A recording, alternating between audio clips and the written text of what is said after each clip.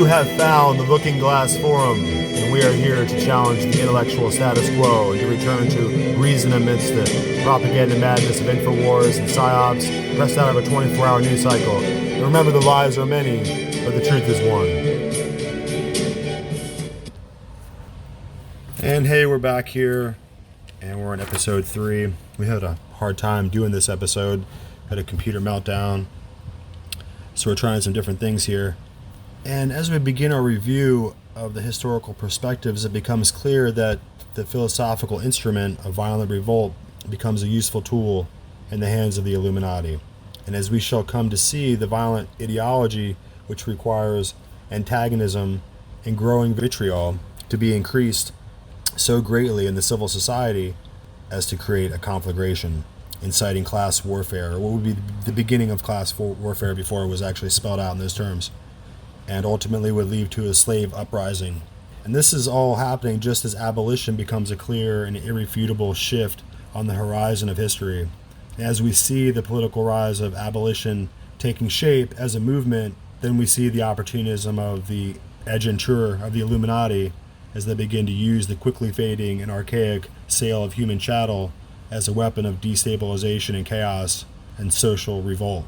And as we'll see, they intended to make the transition of slaves to become free men as destructive and catastrophic of an event as possible. And as the Illuminati and Hegel and the other networks are working hard to capitalize on this imbalance of power, we can see that these same philosophers in Ingolstadt in Bavaria had sat up in their high towers and their universities there for many a century and never lifted a finger to discuss the slave trade or the inequities of the inhumanities and the atrocities of the slave trade. In fact, as we will go on to find out later, the Pope held many slaves, and even the Jesuits in Georgetown had to apologize profusely for this hypocrisy. And as we're moving forward, we're going to build the case here today, and we're looking at Hegel's work. And he was a very influential and important philosopher, but it also turns out later on, as researchers and historians will find out later, that he was the second in line to lead the Illuminati after Adam Weishaupt. And it wasn't immediately apparent in contemporary history, but that was actually the fact. And Adam Weishaupt, he was codenamed Spartacus within the ranks of the Illuminati. And of course, Spartacus would lead a widespread and successful slave revolt in Imperial Rome. And as we're looking closer here, we're looking at the effects in the intentions of the Illuminati in the outbreaks of violent revolution in France and Haiti. And we'll look at how Hegel would go very into depth into what was called the master-slave dialectic. And this dialectic, or this conflicting, this agitation, was actually designed by the Illuminati to create as much, like we said, as to make the move from slavery to free men as catastrophic as possible. And they were in the habit of creating multiplying agents. They would create groups that were meant to be radical propagandists. They created restricted organizations for the purpose of being change agents. And their incendiary propaganda would create and force a society to a certain dialectic process. For instance, you had the Knights of the Golden Circle who were actively involved with the Confederacy to keep the slave trade intact. And then you would have the Knights of the Ku Klux Klan, the KKK, were famously riding around in their hoods, anonymous men riding around and creating as much unrest between slaves and landowners as possible.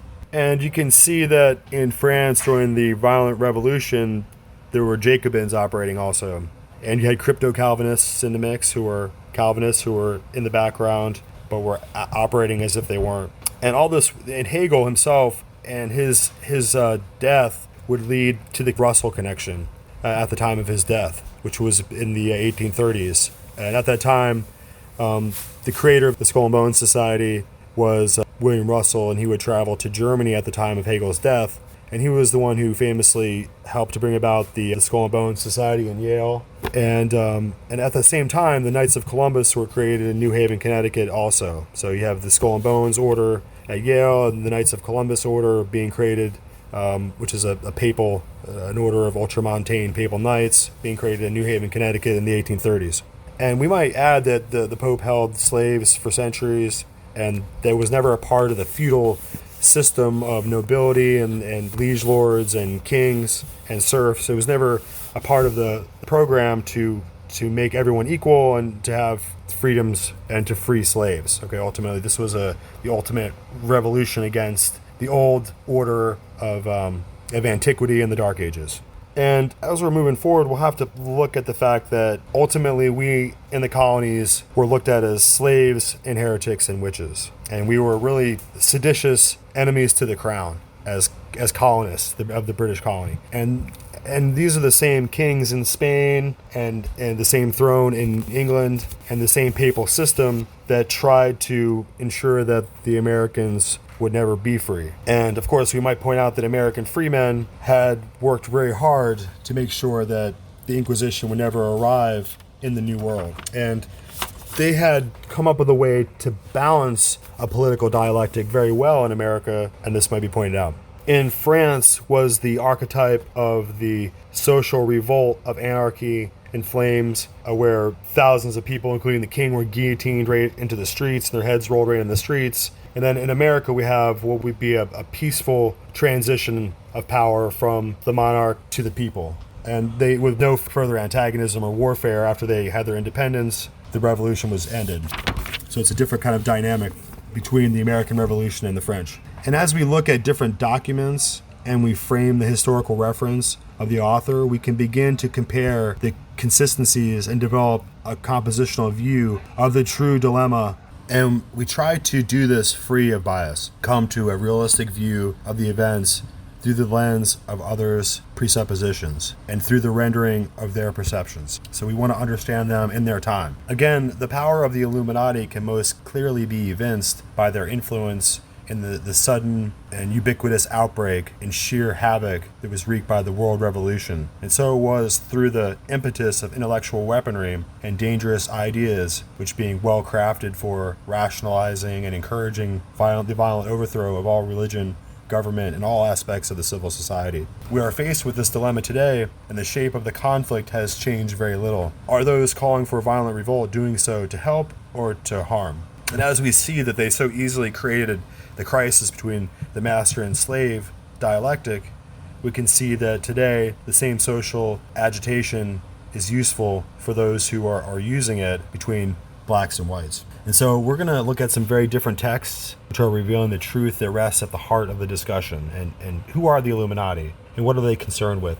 And we're not talking about the idea of hooded men in the internet who can control the weather and the tectonic plates. We're talking about men who lived in the 17th and 18th century, who are aristocrats and who use different corruption and different methods and bribery to ultimately create a network of control and a field of political control that went across different polemics. So you have different kings and different fiefdoms and different areas between the Spanish and the British and the French, and they created a network that was it could have influence across the board.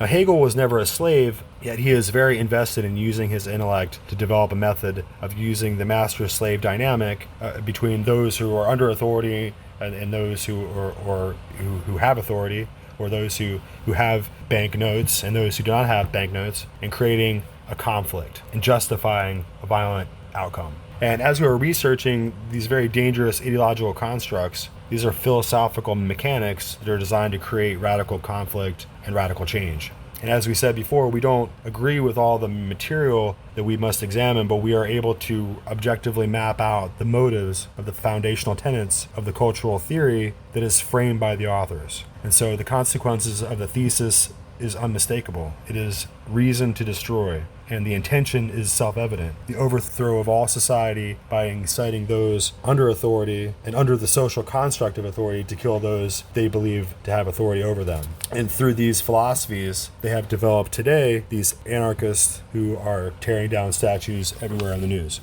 So these excerpts are from the Illuminati. You can find it on the internet. It was published in 2013.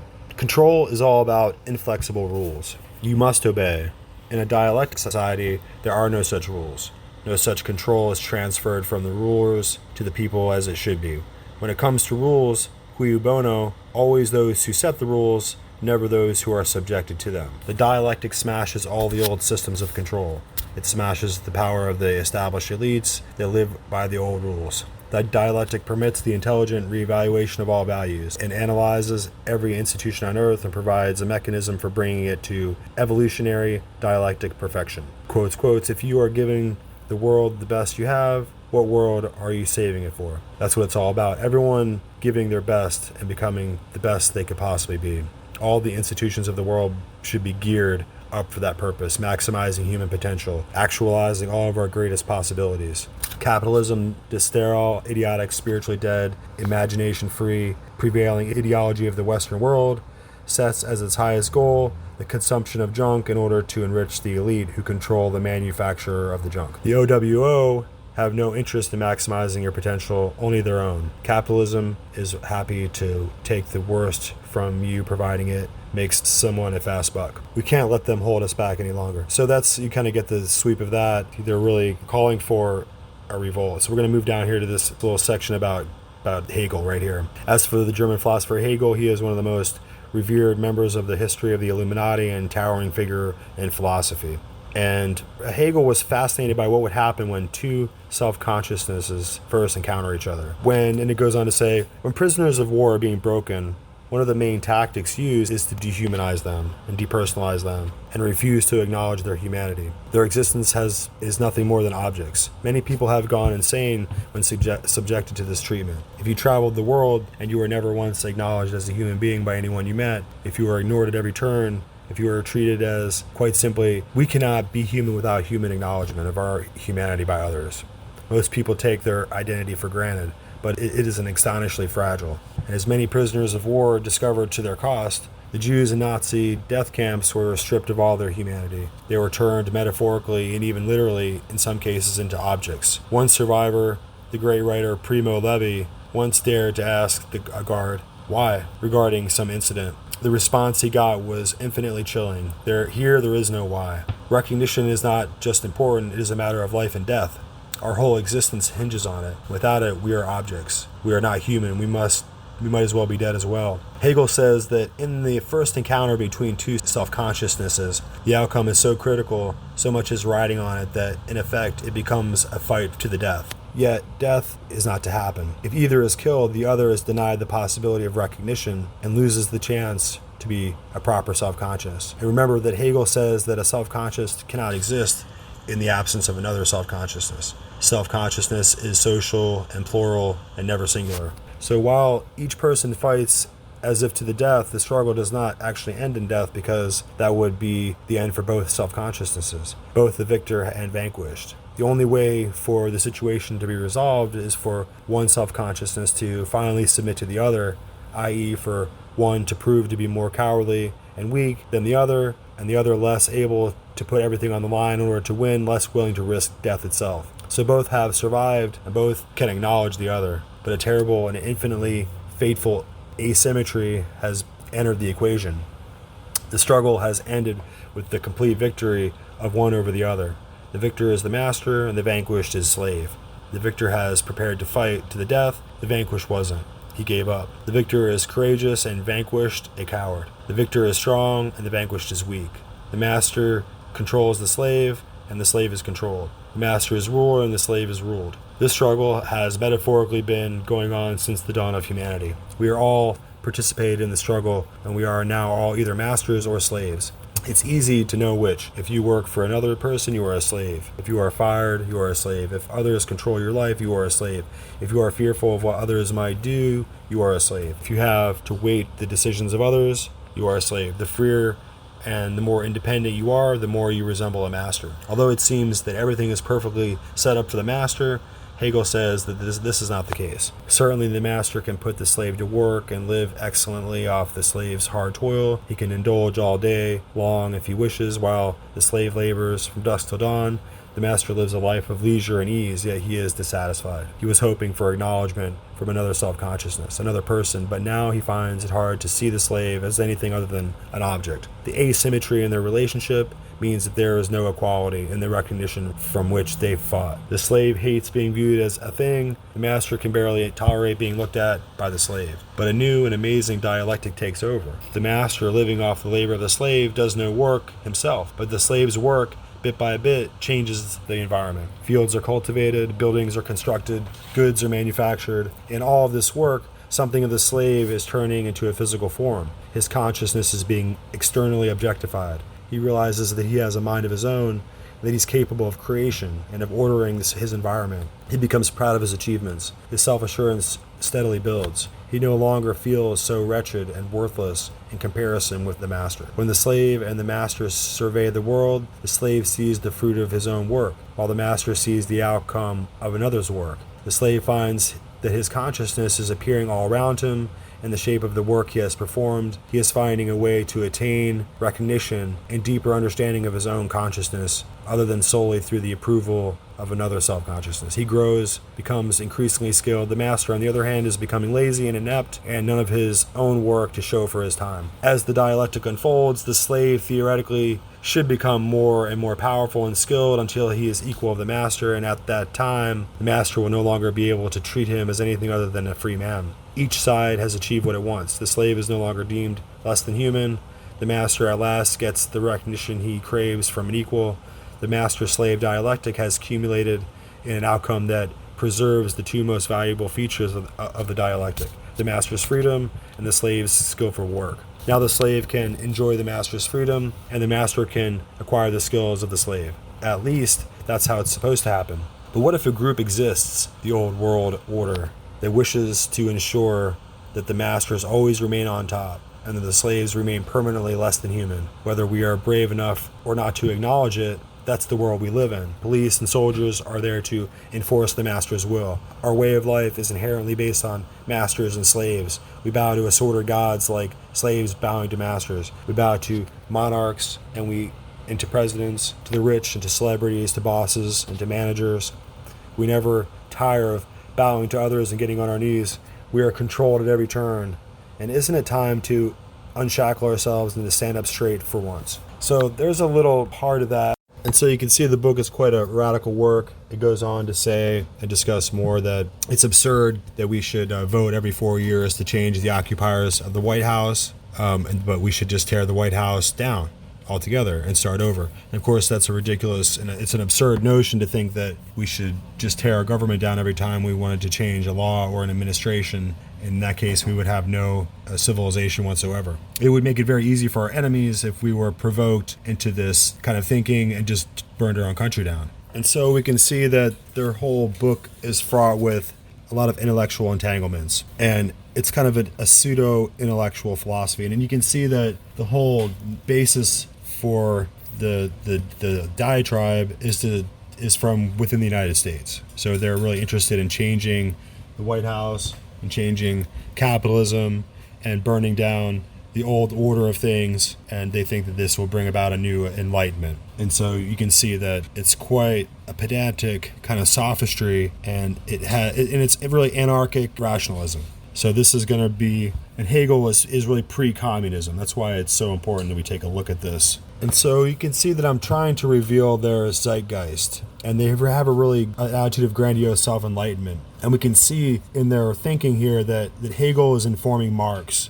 And this is really, like I said, it's pre-communism. And these are the underlying philosophical mechanics that are driving neo-revolutionaries like Antifa and the revolutionary abolitionist movement. So what will become more and more clear as we're moving forward is that communism doesn't begin with Marx and Engels. But we must recognize the foundations for that were laid by Hegel, and Hegel is at the epicenter of control within the Bavarian Illuminati, which seeks to, through a complete worldview, it wants to move the world toward progressing the revolution and destroying all the old orders that came before it. And we can see this happening, it begin to break out in France. And this is a time of great distress and upheaval. And today, Spain still has a monarch and still has the ancient throne of Spain, and the same in England. Retains their monarchy and their throne, but France does not.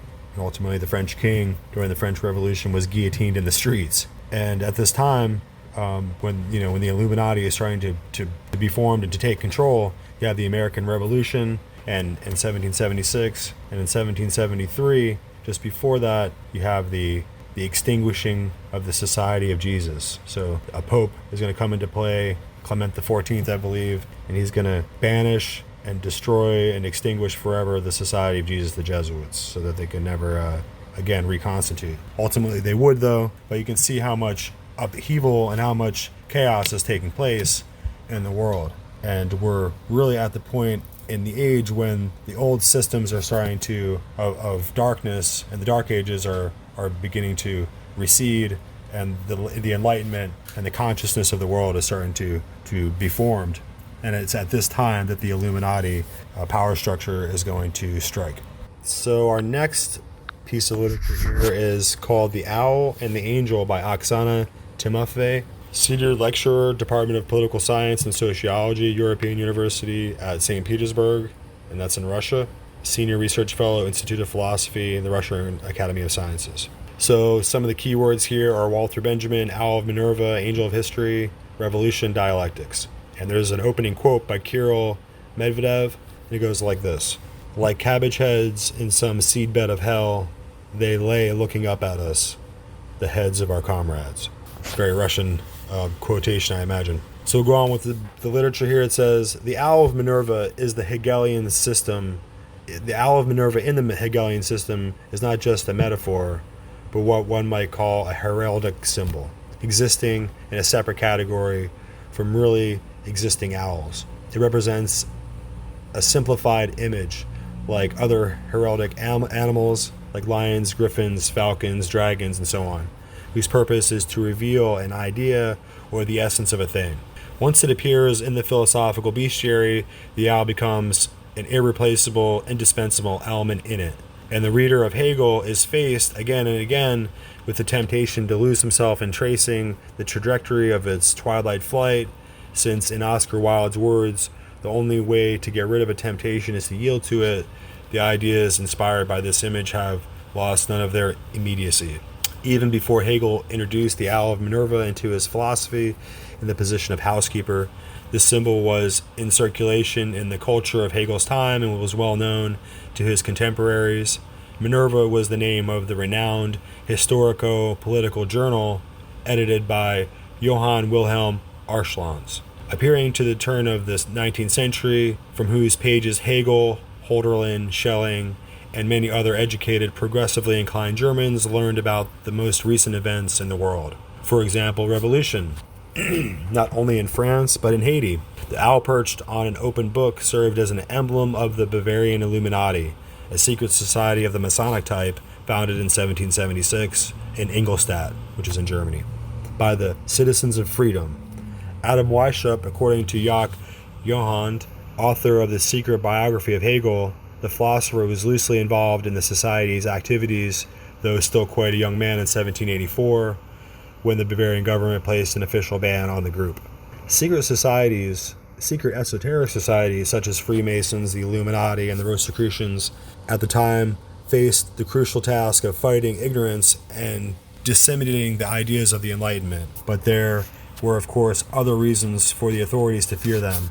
Brotherhood had already materialized as a reality, and these closed associations, freedom and equality, were yet to come in the wake of Enlightenment, understood as general intellectual and spiritual emancipation. There followed ideas of political emancipation, including radical, revolutionary, cosmopolitan, anti-monarchical, and even anarchistic ideas. Amongst other accusations leveled at them, the Illuminati were charged with conspiracy, with the abolition of nation-state as one of their main goals. As a significant symbol, the Owl of Minerva reflects ambiguity of the situation where the ideals of universal knowledge, openness, equality, and freedom demand from their chief adherents. Conversely, a certain amount of secrecy, the observance of occult rituals, the strict hierarchy, and so on, the necessary conspiratorial nature of their subversive activity and conditions of pervasive obscurantism has correspondingly given birth to the conspiracy theories that explain the lack of transparency in organizations of the Masonic type, as resulting primarily from their evil intentions, whether invoking blood sacrifice or a global cabal. In the image of the Owl of Minerva sitting on a book is embodied the paradox of knowledge itself, necessarily universal and simultaneously necessarily occult. Where there is knowledge, there must be a secret supposed correspondingly to be known.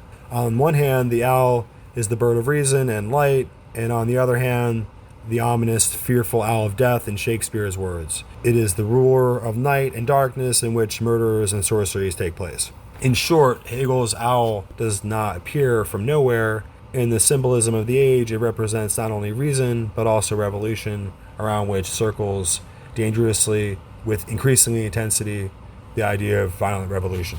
The utter unrevolutionary context into which Hegel suddenly places the owl is thus all the more bewildering. When philosophy paints its gray on gray, then has a shape of life grown old. But philosophy's gray on gray, it cannot be rejuvenated, but only understood. The owl of Minerva spreads its wings only with the falling of dusk. And this is what he writes in the penultimate paragraph of the preface to the Philosophy of Right. Hegel is thus summoning up his argument that philosophy's task is not to teach the world how it ought to be and give instructions to the state, but comprehend what is, and what is reason. Hegel's owl, it seems, is no anarchist or revolutionary, no conspirator seeking to change the world, but an old defender of the same state against which she once stood in the name of reason and freedom. Philosophy finds its place within God and the state as the moral universum. More rational than ideals is the gray old reality with which one must become reconciled. The reconciliation is furthermore not renunciation or simply acceptance of the inevitable. Reason is just as little content with the old despair that submits to the view that in this earthly life things are truly bad or at best only tolerable. Thought here they cannot be improved, and that this is the only reflection which can keep us at peace with the world. There is less chill in the peace with the world which knowledge supplies. So the peace is by no means coerced. On the contrary, it brings joy to recognize reason as the rose and the cross of the present, and thereby to enjoy the present. This is the rational insight that reconciles us to the reconciliation which philosophy forwards to those in whom there once arisen an inner voice bidding them to comprehend, not only to dwell in what is subjective while they're still retaining subjective freedom, but also to possess subjective freedom while standing in not anything particular, but in what exists absolutely. A number of passages in this quotation attract our attention and merit some closer thought. First of all, the rose on the cross is like the owl of Minerva in an equal measure an ambiguous symbol. If the owl evokes the Illuminati, then the rose on the cross is the emblem of the Rosicrucians. And Hegel's works are full of deliberate allusions to the secret societies of his time. In their philosophical interpretation, these images take on new and unexpected meaning. However, Hegel is not the sort of author who piles on metaphors gratuitously. So we were saying that Hegel is not the kind of author who piles on metaphors. So we'll take in a few more of these excerpts from The Owl and the Angel, and we'll continue here. The owl of Minerva flying at twilight arrives at just such a picture of completed and thereby comprehensible and accessible time. Instead of resolving how to take action and creating projects for the organization of the future, philosophy takes a look backward, acting like a monochrome painting, gray on gray, nicely captures the graveyard atmosphere, as if the dust of ashes drew not a rose, but the owl sitting on the graveyard cross in Caspar David's Friedrich's painting, Owl on a Grave Marker. And move on here. Come's analysis starts with the concepts of trauma, mourning, and melancholy. The author expands upon these concepts taken from Freud by applying them to German culture more broadly and German philosophy in particular. The diagnosis declared in the title of Mourning and Sickness originates in contemporary mass culture. It is the name for the lamentations and collective effect of that the media provokes in connection with certain world or national events, such as the death of a celebrity. In Come's view, the common mournful and melancholic tone of German classical thought is determined by references to a traumatic event which had not in fact taken place in Germany. It is the mourning the loss of something that was never there. Revolution, the embodiment of the ideas of the Enlightenment, in reality transformed the political life of society in its entirety. And this had occurred nearby in France, and the Germans, active readers of magazines and newspapers, had merely obtained it at a safe distance as a people looking on, and heard his words from a shore secure at a shipwreck far off in an open sea, drawing lessons from the mistakes of someone else's history. Come calls this situation when revolution appears not as a really lived experience, but as a sublime spectacle of catastrophe, simultaneously splendid and appealing, a Kantian theater, noting the duality or even duplicity of Kant's position. As we go down, German culture knows revolution only in translation. Come underscores following Marx, who, in the Communist Manifesto, for example, ridicules German philosophers and the literati for their unconvincing attempts to bring the new French ideas into harmony with their ancient philosophical conscience, implemented in the same way in which a foreign language is appropriated, namely by translation. According to Marx, the most important element is lost in translation, namely the class struggle. Political revolution is emasculated by being transformed into a revolution of the spirit of ideas or morals, a conceptual theoretical revolution. Not true requirements, but the requirements of truth are raised up as goals. Not the interests of the proletariat, but the interests of human nature, of man in general, who belongs to no such class and has no reality, who exists only in the misty realm of philosophical fantasy. So, as we're moving forward here, I'll read another little part. In her discussion of the contemporary translating the French Revolution into the language of German culture and philosophy, Come frequently notes in his paradoxical nature the past had not yet occurred here, but the future is already precluded, having failed to appear, never having materialized, and nevertheless got left behind. So, as we move forward here, it says, in response to Marx's witty remark in the introduction to his critique of Hegel's philosophy of the right, that the Germans have shared the restorations of modern nations without ever having shared their revolutions. So you can see right away that the European world had viewed the great calamity of the French Revolution, and they instinctively knew that it was a philosophical outcropping of the Illuminati world revolution and the progressive revolution towards world communism that we would see in the future. So that's why they were saying that the future had not yet come. And it should not escape our attention that it was the will of Karl Marx said, the literati and the academic world, the intelligentsia of Europe that was working in this world revolution that was inspired by the Illuminati. And it was coming out of the universities, and the Bavarian University, Ingolstadt, was where this Illuminati revolution was being developed. So it should not escape our attention that this was an analytic approach to world revolt. And this was at a time when the world was just waking up from centuries of the Dark Ages and was coming into a period of the Renaissance and the Enlightenment. And the world was beginning to move towards liberation and freedom. And they were already planning a widespread slave revolt that would bring about not a revolution, but a widespread anarchic revolt. And this was coming out of the universities and out of the intellectual classes and the nobility and the aristocratic elite who were bringing this into being. So we'll look at our next piece of literature here. This is a work by Susan Buck Morse in Critical Inquiry, Volume 26, Number 4, and this is in summer 2000, and page 821, and it's called Hegel and Haiti. And all these texts I'm reading you can find openly on the internet, so these are not very difficult to find. That's kind of the point. So as we're looking here, we're going to be dealing in depth with slavery here as a subject matter. And beginning in 1651, Britain challenged the Dutch in a series of naval wars that led immediately to British dominance not only of Europe but of the global economy, including the slave trade. At the time, Cromwellian revolution against absolute monarchy and feudal privilege followed Dutch precedent by making metaphorical use of the Old Testament story of the Israelites being freed from slavery. But within political theory, a shedding of ancient scriptures was taking place. The pivotal figure here is Thomas Hobbes.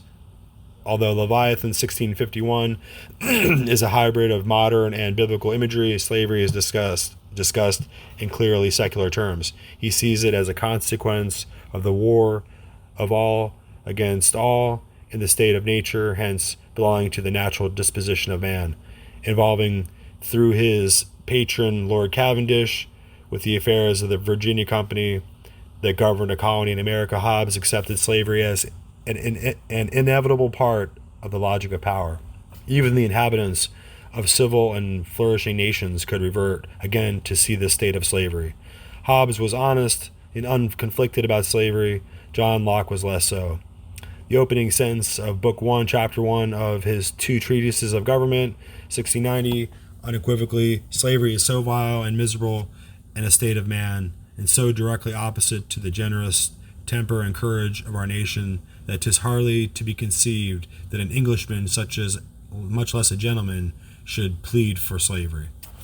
But Locke's outrage against the chains for all mankind was not a protest against the enslavement of black Africans on New World plantations, least of all in colonies that were British. Rather, slavery was a metaphor for legal tyranny, as it was generally in British parliamentary debates on constitutional theory. A shareholder in the Royal African Company involved in American colonial policy in Carolina, Locke clearly regarded Negro slavery as a justifiable institution, and the isolation of the political discourse of social contract from the economy of household production made this double vision possible.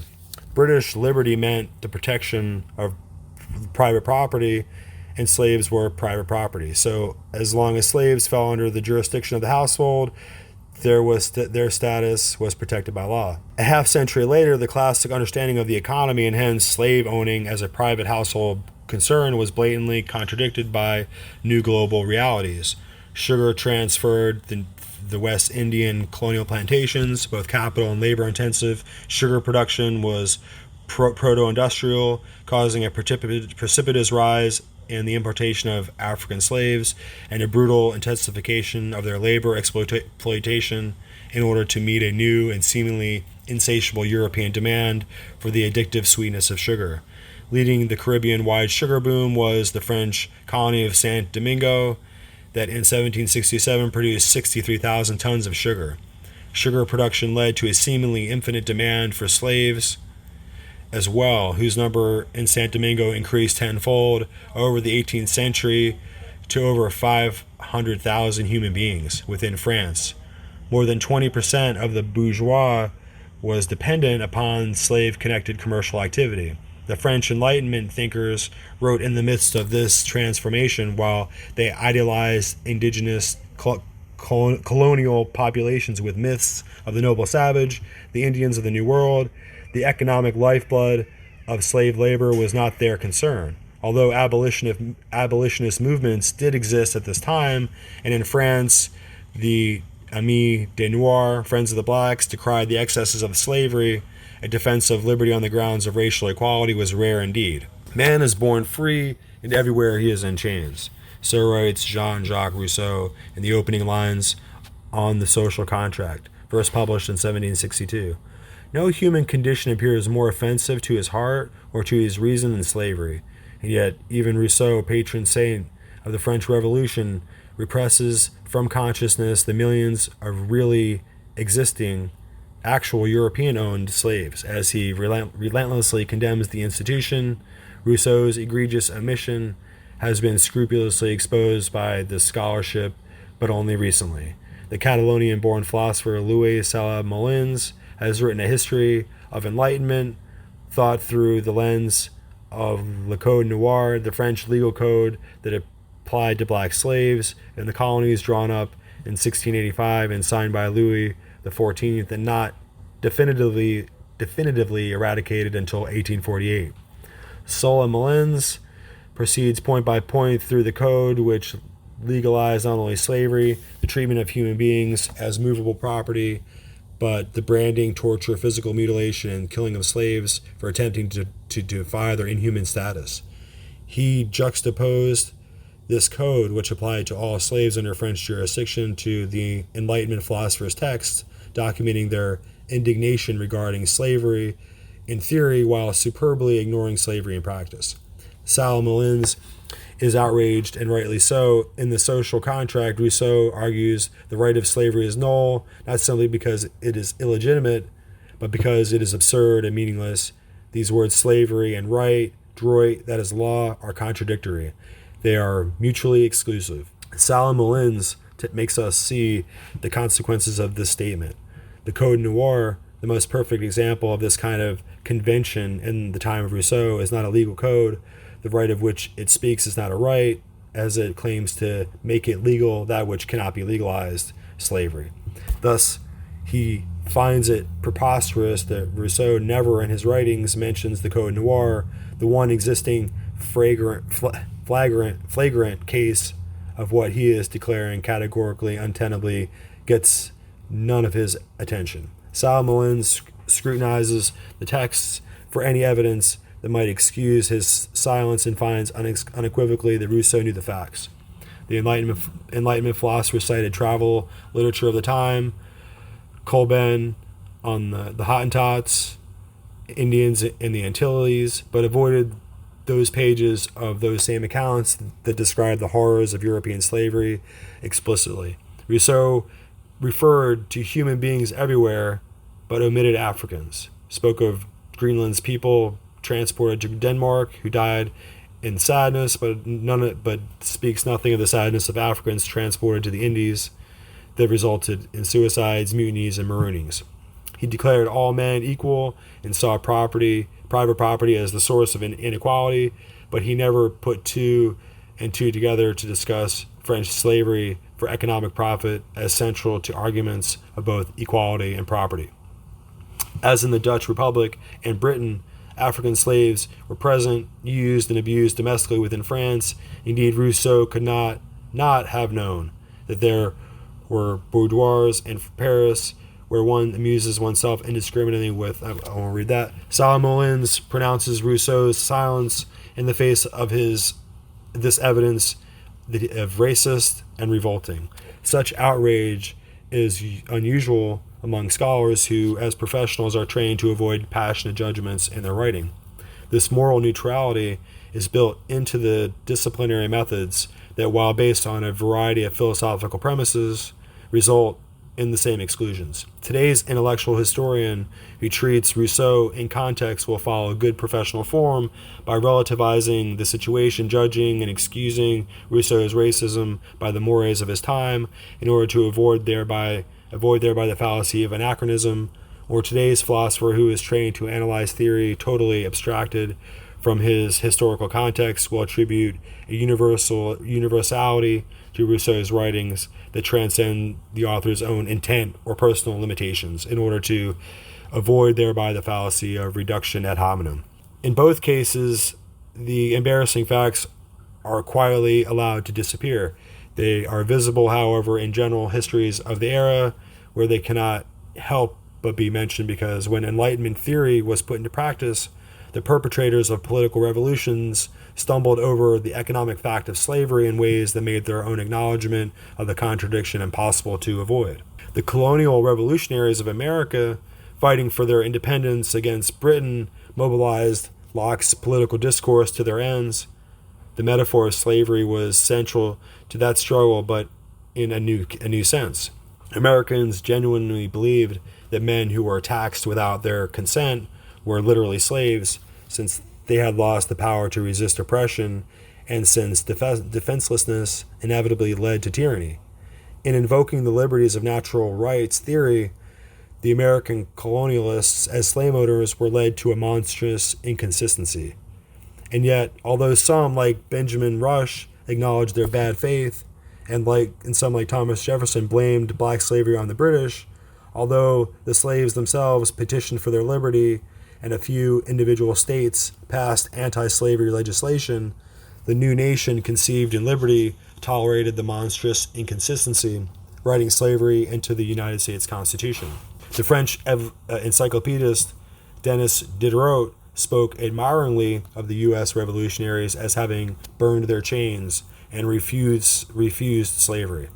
But if the colonial nature of the United States struggle for freedom made it somehow possible to sustain the distinction between the political discourse and the social institutions, in the case of the French Revolution, a decade later, the various meanings of slavery became hopelessly entangled when they came up against fundamental contradictions between revolutionary developments within France and developments in the French colonies outside of France. It took years of bloodshed before slavery, really existing slavery, not merely its metaphorical analogy, was abolished in the French colonies, and even then, the gains were only temporary. Although abolition of slavery was the only possible logical outcome of the ideal of universal freedom, it did not come about through the revolutionary ideas or even the revolutionary actions of the French. It came about through the actions of the slaves themselves. The epicenter of this struggle was the colony of Santo Domingo in 1791. While even the most ardent opponents of slavery within France dragged their feet, the 500,000 slaves in Santo Domingo, the richest colony not only of France but of the entire colonial world, took the struggle for liberty into their own hands, not through petitions, but through violent, organized revolt. In 1794, the armed blacks of Santo Domingo forced the French Republic to acknowledge the fait accompli of the abolition of slavery on that island, declared by the French and the colonial commissioners Sonthonax and Pereverel, acting on their own, and to universalize abolition throughout the French colonies. From 1794 to 1800, as free men, these former slaves engaged in a struggle against invading British forces, who many of the white and mulatto land-owning colonists of Santo Domingo hoped would reestablish slavery. The Black Army, under the leadership of Toussaint Louverture, defeated the British militarily in a struggle that strengthened the abolitionist movement within Britain, setting the stage for the British suspension of the slave trade in 1807.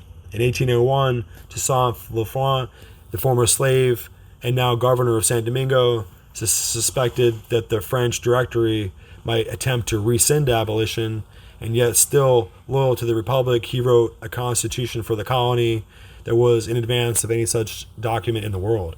If not in its premises of democracy, then surely in regard to the racial inclusiveness of its definition of the citizenry.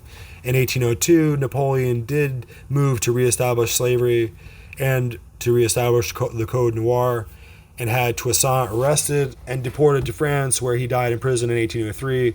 When Napoleon sent French troops under Leclerc to subdue the colony, waging a brutal struggle against the black population that amounted to a war of genocide, the black citizens of Santo Domingo once again took up arms, demonstrating in Leclerc's words, "It is not enough to have taken away Toussaint, there are 2,000 leaders to be taken away." On the 1st of January 1804, the new military leader, slave-born Jean-Jacques Desnains, took the first step of declaring independence from France, thus combining the end of slavery with the end of colonial rule status.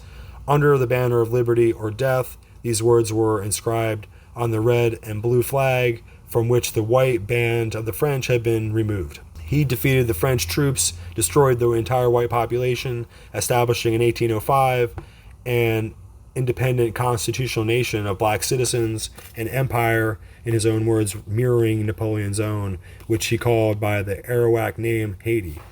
These events, leading to the complete freedom of the slaves and the colony, were unprecedented, and never before had a slave society successfully overthrown its rulers, its ruling class. The self-liberation of the African slaves of Santo Domingo gained for them by force the recognition of European and American whites, if only in the form of fear.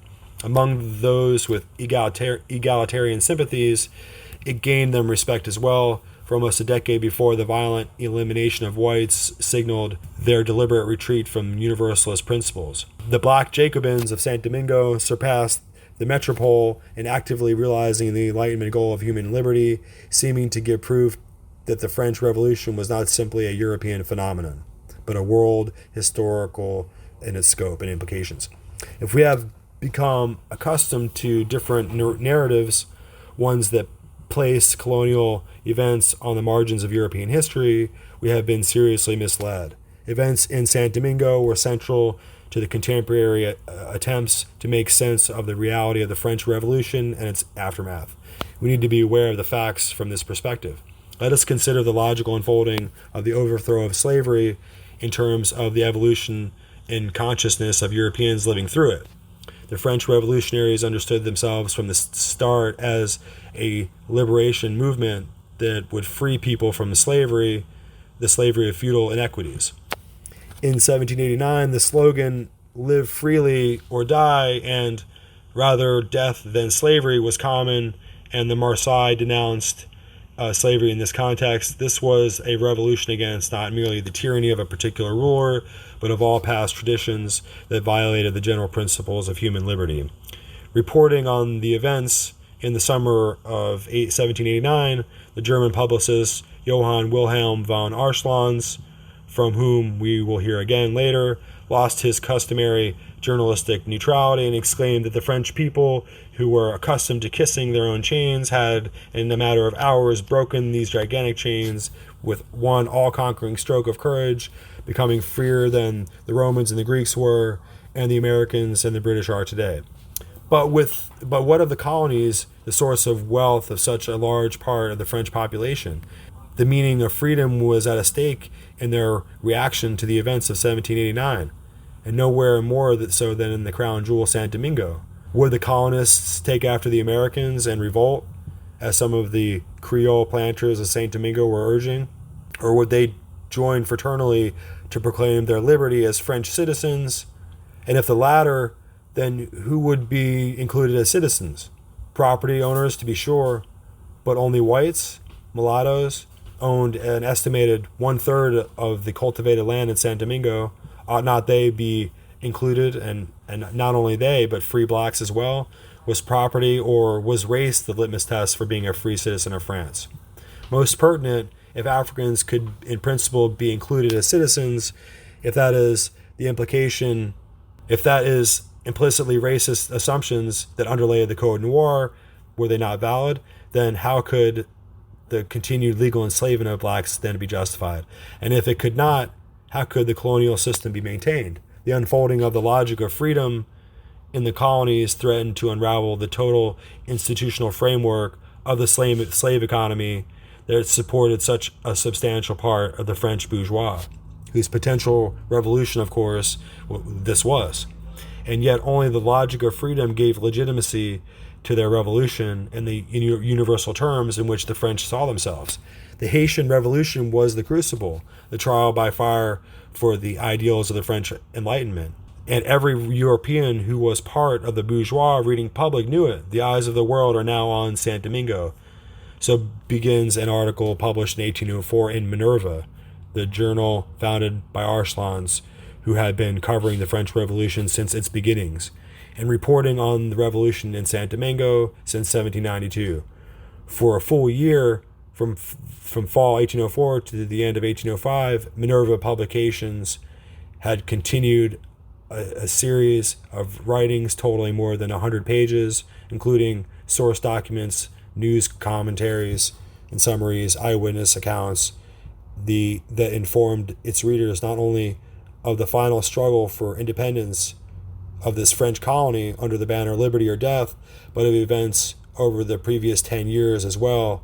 Arschlanz was critical of the violence of this revolution, and as he was of the Jacobin terror in the metropole, but he came to appreciate Toussaint Louverture, publishing as part of his series in German translation a chapter from the new manuscript by a British captain, Marcus Rainsford, who praised Toussaint's character, leadership, and humanity in superlative terms. Arschlanz's journal borrowed freely from English and French sources so that his account reflected news widely reported to the European reading public. The articles in Minerva were picked up in turn by countless newspapers, a situation of cosmopolitan and open communication despite intellectual property restrictions that has perhaps not been matched until the early internet. Although there was censorship in the French press after 1803, newspapers and journals in Britain, in the United States, and Poland highlighted the events of the final revolutionary struggle in Saint Domingo. The Edinburgh Review, among others. William Wordsworth wrote a sonnet entitled To Toussaint Levant, published in Morning Post in February 1803, and in which he deplored the reestablishment of the Code Noir in the French colonies. In the German language press, Minerva's coverage was special, although in 1794, 2 years after its founding, it had established its reputation as the best of its genre of political journals. It strove to be nonpartisan, objective, and factual, aiming at historical truth that would be instructive. Its goal to the journal's motto was to show the very age and body of the time of its form and pressure. By 1798, its circulation was 3,000 copies, respectable in our day for an intellectual series journal, and that number is estimated to have doubled by 1809. In other words, in the words of Arslan's biographer, Minerva was the most important political journal of the turn of the century, both in terms of quality of content, written by regular correspondents who were important public figures in their own right, and the quality of readers, among whom were some of the most influential people in Germany. King Friedrich Wilhelm III of Prussia read Minerva constantly. Both Goethe and Schiller read Minerva. The latter corresponded with Arslan's and Schelling Lafayette, and as we know from published letters, was the philosopher Georg Wilhelm Friedrich Hegel. So, and we know later on in history that it was Weishaupt, Hegel, and ultimately and Goethe who are going to be the ones who are running the Illuminati. So Minerva magazine is ultimately a publication and a manifesto and a propaganda of the Illuminati out of Bavaria. And as we review these writings, we can begin to see how the undercurrent of revolutionary change is not simply an organic, occurring reflex of oppression within the human condition, which urges mankind toward personal independence and political liberty, but the macrocosm of the human revolution is calculable and it's predictable. And carefully applied oppression and inequities can produce a quantifiable result, and it is this calculus of human despair that the Illuminati proves adept at manipulating. Hegel informs Marx, and Marx would bring the justification for the absolute state of communism, wherein national and individual borders are ripped down by the brutal state oppression. And these were the instrumentality of the Illuminati, which were used the unrest of the people, multiplied many times by starvation and abuses of the state by the government, which were intentional. And then, of course, between the French king and the people were many layers of administrators and judges and provosts who wrought chaos. Instead of serving the people and the king, they used their position to overturn and flip over the entire French country. The king and the Illuminati. So the Illuminati intentionally crafted the self-detonation of the whole nation by provoking the mob violence and then deliberately provoking a slave revolt in Saint Domingo. And today we can see the same kind of tactics being used, and interestingly enough, the same kind of return to the idea of black people being abused by slavery, and we can see that move in the Black Lives Matter movement and Antifa working together, and we can see that this was originally the intention of the Illuminati long ago. So that's going to be it for episode 3, and we hope to see you guys back next time.